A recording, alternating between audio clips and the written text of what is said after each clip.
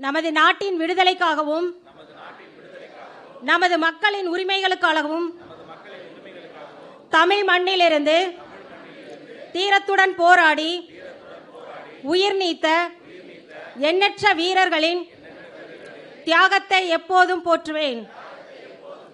நமது அன்னை தமிழ் மொழியை காக்க உயிர் தியாகம் செய்த மொழிப்போர் தியாகிகளின் இலக்கை நிறைவேற்றும் வகையில் தொடர்ந்து பாடுபடுவேன். இந்திய அரசியலமைப்பு சட்டத்தின் மீதும் இறையாண்மை மீதும் நம்பிக்கை வைத்து அனைவருடன் ஒற்றுமை, சகோதரத்துவம், மத நல்லிணக்கம், சமத்துவம் ஆகியவற்றை பேணிக் காக்கின்ற பொறுப்புள்ள தனி மனிதராக செயல்படுவேன்.